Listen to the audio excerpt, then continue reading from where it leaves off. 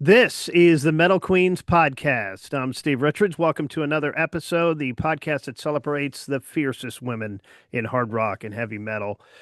And today we're diving into the raw power and fearless honesty of Rachel Aspe, the dynamic lead vocalist of the UK's own Cage Fight. Cage Fight just dropped their latest single, Pig, a blistering track that tears into the toxic culture of online harassment and unsolicited messages aimed at women. With brutal riffs and righteous fury and unflinching truth, Pig is both a rallying cry and a gut punch, too. And we're here to unpack it all with Rachel herself. Rachel, welcome to the Metal Queens podcast.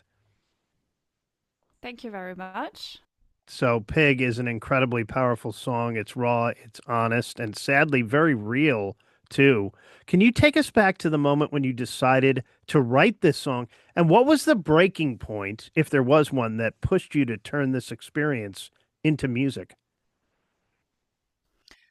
So basically it all started when I started music. Because at first, like, I don't know, 13 years ago or something, I did France Got Talent, and this went quite viral, and this is the first time I experimented very harsh comments online. So I got like huge criticize and very hard words that I've never got before. So like people calling me uh, fat pig, disgusting, da da da, and other people sending me messages, uh, like very sexual messages. And that's the first time I had this, and I was like, wow, this is a lot. What is going on? And then I and entered in a French band. And when I was playing gigs, there was always guys in the crowd saying, "Get naked, get naked." Yeah. And I was like, "Oh my god, this is so boring, and it's just constant."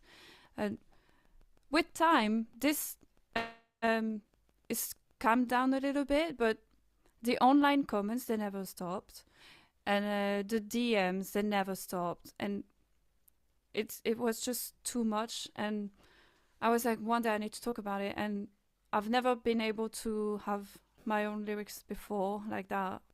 But in this album of Cage Fight, I decided to talk about every personal things that I feel the need to talk about. So I told the guys, and they were like, "Yes, you really need to talk about this." And this is why we wanted to do it properly. So yeah, this time we really did properly. Yeah, but I always wanted to talk about it because it's just crazy. Yeah. Yeah, no, it really is. And so these guys in the band were really supportive of it when you decided to do it. Definitely. Yeah. The video features actual messages sent to you and other women too. That's a bold and brave move. What was it like emotionally to confront those words again during the creative process? Um. So for me, it was harder to see the ones whom the other girls are sending me, because they were obviously lots of them. They were feeling very sensitive about it, and it was hard for them to share them with me. So this was quite emotional. I was, but yeah, so some girls they needed to be reassured, and stuff. But to me, my own messages, the saddest thing is I am so used to it. I am absolutely numb to it, Mm. and I don't care. Yeah, I'm just used to it. You had mentioned, I was reading, wanting to scream your hatred and raise awareness. Do you feel anger can be a healthy tool for empowerment when channeled into your art? Um, I am angry and I'm not angry at the same time because there's no, I don't know. I I don't feel like it's gonna change anything to be angry about it, but I feel like it needs to be spoken of because yeah, it's obviously with the reactions we had, it's clear that we don't speak enough about it. So I don't know. And yeah, it's making me very angry when I get it, but at the same time, I am used to it. But yeah, I don't know. I feel like I don't know. I'm always angry anyway. Well, since it dropped, since But yeah, Pig, it's healthy. yeah, since Mhm. Pig dropped, you mentioned reactions. So, what kind of reactions have you received, both from women who can relate to it, of course, and from men who might have been forced to reflect on their behavior hearing it and watching it? We had yeah all kinds of reactions, and Mm.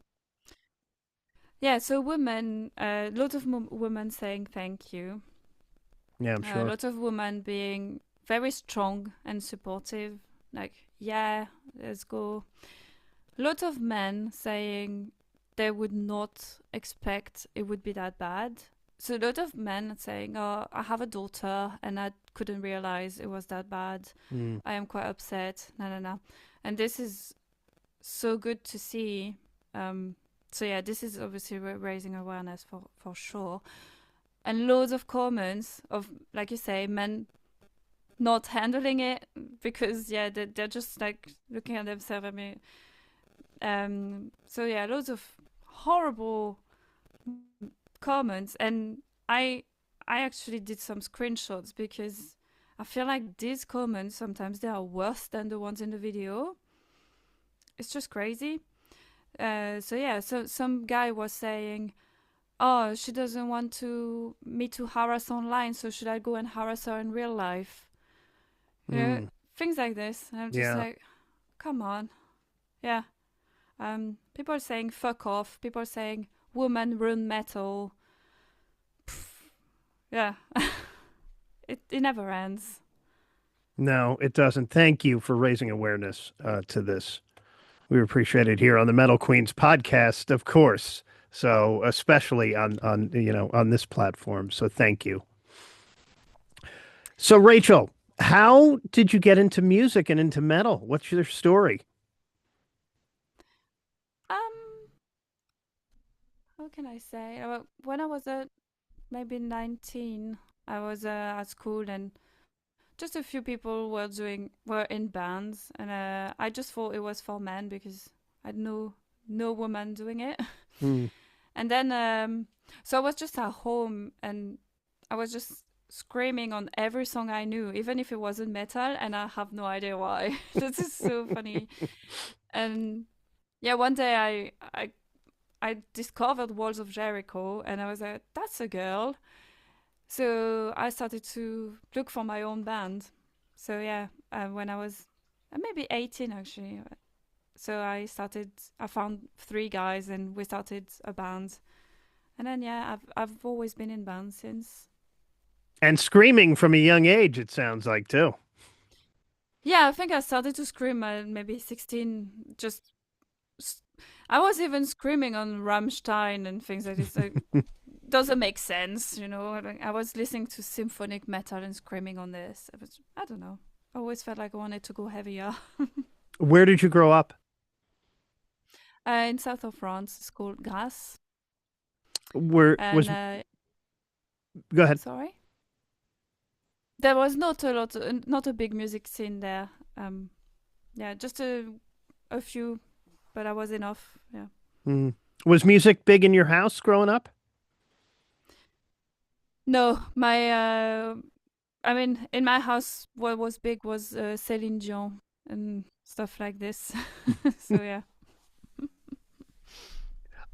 Cage Fight has shared stages with some legendary acts like Sepultura, Napalm Death, and now you're heading out on tour with Svalbard. What's the energy like preparing for these shows, especially knowing it's Svalbard's final tour, too? Yeah, we're so happy to tour with them. We played once with them ages ago, and it was so nice. And I feel like it's gonna be a very cool mix of styles as well. I really like their music. Sorry, and to prepare for that is just we never prepare much. Like we do one practice, and we're always um, working home, and yeah, I mean it's just fun, you know. We You're work no, very hard at home. yeah. You are known. We were just talking about your screaming and your ferocious growls and intensity. How has your vocal style, Rachel, evolved over the years, and what fuels that energy night after night when you're on tour? Oh, that's a good question because I actually changed my whole technique uh, maybe last year, just before the album, actually. Um, because I was screaming in a way that was quite hurting myself. So I wanted to be more hardcore before, and um, I found that there was a better way for me to be more brutal and not hurt myself. So I worked a lot on this just before the album. So this album, my voice is quite different from before. And now I do, yeah, I have another routine. I've taken like vocal lessons as well to do clean singing. Hmm. Um, so yeah, I have a little routine of like maybe 20 minutes a day, and it's keeping, it's keeping the thing. And for tour, I just do like a little warm up. When you tour, I feel like it's not needed to do a proper warm up every time because you already sing a long time before the day before, So just a small warm up. All right, so Rachel, beyond the Pig single out now and the tour coming up with Svalbard, the short tour in November, what can fans expect from Cage Fight heading into the new year in 2026? So we're gonna release a few things around Pig, like playthrough and stuff. I feel like we need to do a bit more on that. And we're working on other things, of course. And yeah, next year we will have the album basically. So, an album coming. Yeah. Any festivals planned yet that you can talk about? We can't talk about it, but yes, All right, so some there is, festivals there is coming. a few. There is a few festival in the UK and in other countries, which is amazing. Yeah, that's great. Yeah, everyone I'm asking, of course, right now they can't talk about it, all the artists on here yet, but a lot of touring coming next year. So follow Cage Fight on social. All right, we're going to wrap up with a few fun questions for you here. What was the last song you cranked up and blasted before a show? Or do you have a go-to song or band you like to crank up when you're backstage to get in the mood and get ready? Hmm, that's a very good question. I don't know. I'm weird. I always listen to sad songs. Sad songs before you go on stage? I Yeah, because I calm down. Um, yeah, I prefer to calm down before I go on stage. Um, Otherwise, I like to listen. I don't listen to screaming songs. I will listen to maybe something electronic, like the algorithm or something like that, just because it's positive and Yeah. yeah. And then when the lights come on and you walk out, then you get in the full mode. Yeah. I like to relax a lot before Hmm. going on stage. Yeah. What would be your dream festival lineup? Cage Fight and who? Give me a couple of bands. Obviously, I always wanted to play with Walls of Jericho. I would love that. Who is that? Um, Walls of Jericho. Mm. I would love that. Um, and it's a really hard question. There's too many bands I like. I am really bad at this because I have a very bad memory. And there's too many bands I like. But Walls of Jericho, definitely. Yeah, I feel like, yeah, this is the best energy ever. I love Walls of Jericho. When you go out on tour, what is the one thing you can't go on tour without? What do you pack? What do you definitely need to have with you? I'll show you. This. This is my bubbles to warm up. The bubbles to warm up. All right, cool. Yeah. So I just make bubbles like that. This that's part of the warm up. Okay. Perfect. This Bubbles is to it. warm up. I love it. And vocal zone Hmm. costumes. Who is your favorite female metal vocalist of all time, if you had to pick one. But I feel like I just talked about her so many times in this podcast. I would say the Candace from Walls of Jericho, From Walls of Jericho. because yeah, she's just she was the first one, I discovered. So yeah, to me she's just so strong, and also she's been doing this for so long, Yeah. and yeah, having such an energy is just insane. All right, Rachel Aspe from Cage Fight, bringing truth, fury, and purpose to heavy music. New single Pig is out now. Check out the video. Stream it everywhere. It's a very powerful video that shines a light on an issue too many face in silence these days. And catch Cage Fight on tour across the UK this November with Svalbard, their final tour. And stay tuned for what's next in terms of touring and more new music coming in 2026 from Rachel and Cage Fight as well. Thank you so much for joining me. Thank you very much. And this is the Metal Queens podcast. I'm Steve Richards. Like it, share it, subscribe to it, write a review. I will talk to you again next time. Thanks for watching.